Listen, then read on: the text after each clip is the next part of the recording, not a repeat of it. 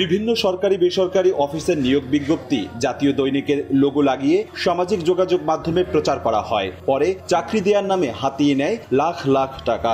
সবশেষ বরিশাল সিটি কর্পোরেশনের নামে নিয়োগ বিজ্ঞপ্তি প্রকাশ করেই ধরা পড়ে পুলিশের জালে। আর এ চক্রের মূল হোতা রাজশাহী পলিটেকনিক ইনস্টিটিউট থেকে ডিপ্লোমা করা তাওহিদ নামে এক যুবক। ফেসবুকে নিয়োগ বিজ্ঞপ্তি দেখে ঠিক আছে সেটা আমার আইডি থেকে পোস্ট করা হয়েছে। বিজ্ঞপ্তি অনলাইনে ছিল, সেটা এডিট করে আর কি আমি পোস্ট করছি। 285 টাকা করে দিয়েছিল আর কি, এরকম 4-5 জন হবে বরিশালে। গত 9 মার্চ জব ইন বরিশাল নামে একটি ফেসবুক গ্রুপে 6টি পদে চাকরির বিজ্ঞপ্তি প্রকাশ করে তাওহিদ। সেখান থেকে টাকা হাতিয়ে নেওয়ার অভিযোগ পেলে মাঠে নামে পুলিশ। তথ্য প্রযুক্তির সহায়তায় ময়মনসিংহ থেকে তাকে গ্রেফতার করা হয়। জব্দ করা হয় তার সঙ্গে থাকা 5টি মোবাইল সিম ও 2টি মোবাইল। পরে মামলা করা হয় তার বিরুদ্ধে। চক্রের বাকি সদস্যদের গ্রেফতারে অভিযান চলছে বলে সোমবার সকালে সংবাদ সম্মেলনে জানায় পুলিশ।